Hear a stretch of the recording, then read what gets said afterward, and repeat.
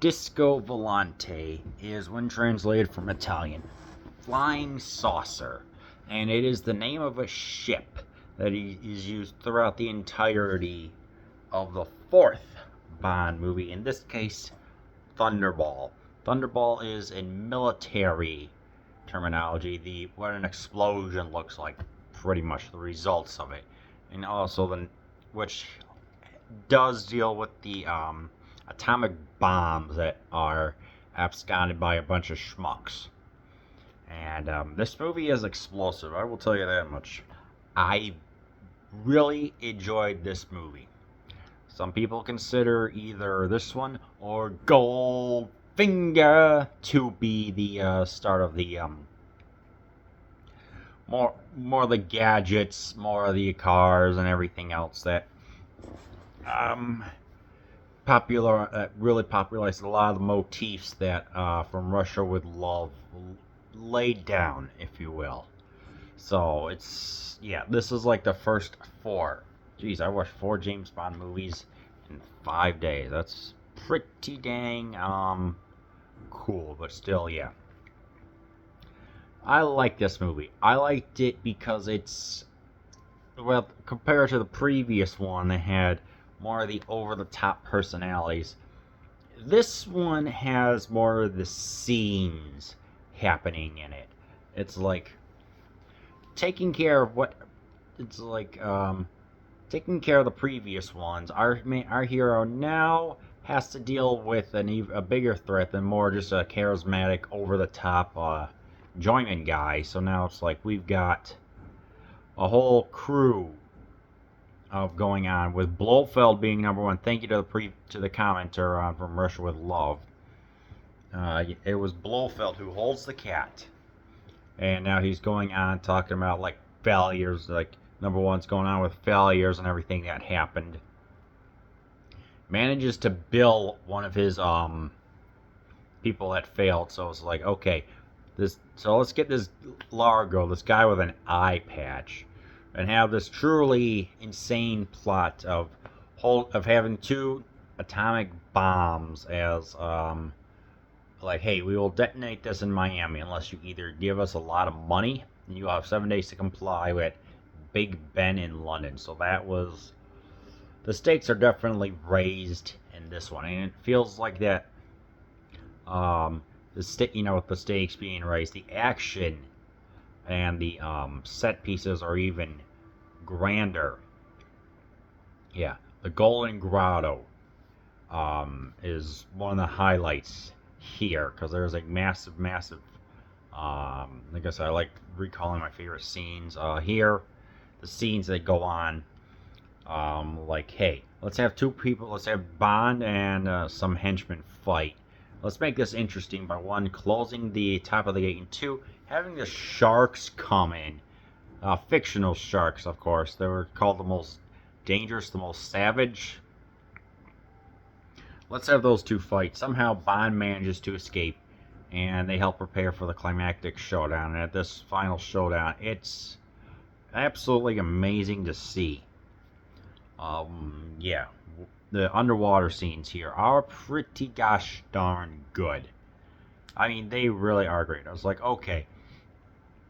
When they're claiming the ship and trying to abscond the bombs, it's like you feel a little claustrophobic, like, what's going on? But ultimately, towards the end, it's like, okay, this isn't that bad. You just have to pay attention. I mean, it's like Terrence Young knew what he was doing here for this one,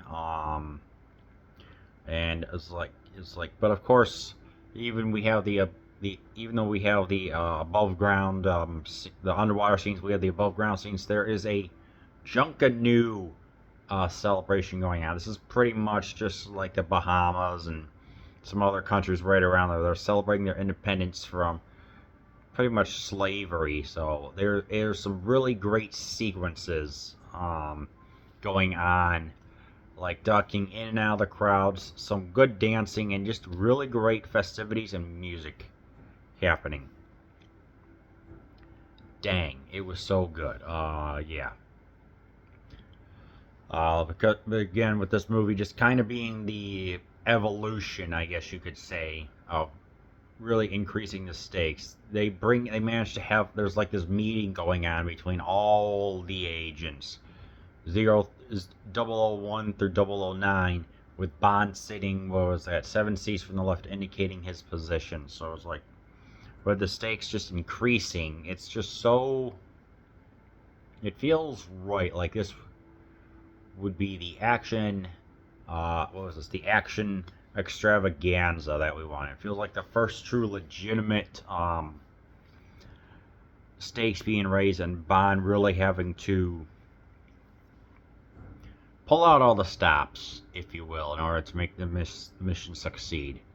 And you could feel the tension and the danger. I mean, granted, like when they're in Paris, they're talking. It's like it's like that part I got a little bit kind of bored by, with some exposition, and also the scene where he's, what was that, like a device that helps, supposed to help with Bond's back or whatever, and it's like, and goes and suddenly some schmuck comes in and increases the speed tremendously, and I'm like, I don't know, that just felt weird, like comical. That just, I don't know. It maybe would have worked in like I don't know, one of the later goofier movies. It just felt tonally weird. I just didn't like that. It's like, but yeah, because there was the craze that was going on of all the James Bond being this phenomenon. Of course, there were the I don't want to say like copycats or other productions that were going on, with like I Spy, starring Michael Caine, by the way, and the man from Uncle. They were all, the crew wanted to have like, okay, in recognition of all this, we're going to have all the stars appear in a scene, but because of all the actors' pays would have been too massive for the budget, ultimately it didn't happen. But at least there was recognition going on. So yeah, that was pretty cool. Bond, of course, has his way with the women, and it's they're there. You got Domino, you got a woman named Fiona. It's like, and it's like they take their charge enough to where they're not really bimbos, but at the same time they're kind of there for the male fantasy / gay. So make of that what you will. It's also so you got the music, you got all that going on. It's like during the shark scenes, Bond was supposed, like, Conroy was supposed to be protected from all the sharks, but these little protection areas only extended 3 feet high, so the sharks got really dang close. And when Sean was asked if he would ever perform another stunt with them, he said, absolutely bloody not, or something like that. So yeah, I wouldn't blame him, especially when dealing with freaking sharks and freaking laser beams on their freaking heads, to quote Austin Powers. So obviously, this scene alone inspired so many others, including Austin Powers itself. What else am I missing? Bond doesn't get captured, but he does seem superhuman here. So it's like, but at the same time, with a threat this massive, he has to call in everyone for the final scene. It's almost like something in a video game where there were like 60 extra crewmen that were used for a truly fantastic finish. And I mean, they've got spear guns, they've got knives, and yeah, it's almost like a video game in a way. And it's like, on this one side, we have people dressed in one color, another dressed in another color. Ready, go, and eliminate each other. It was so great. I'm just like, yes, I want more of this. So yeah, it's like, we get to see the villains enough. They don't overtake everything, which I liked.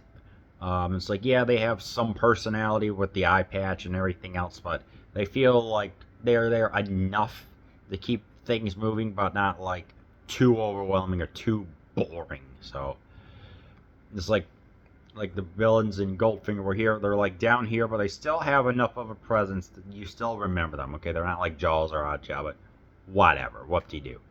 So yeah, ultimately, I did like Thunderball. I did have some problems with more kind of goofy choices with that spine device thing, and it's kind of the exposition during the Paris scene. So yeah, ultimately, if you want to watch a good time, that's a really great movie with some great, beautiful locales of Paris, the Bahamas, the Junkanoo Parade, and it's really and Bond still being very Sean Connery still being great. I recommend that you watch Thunderball.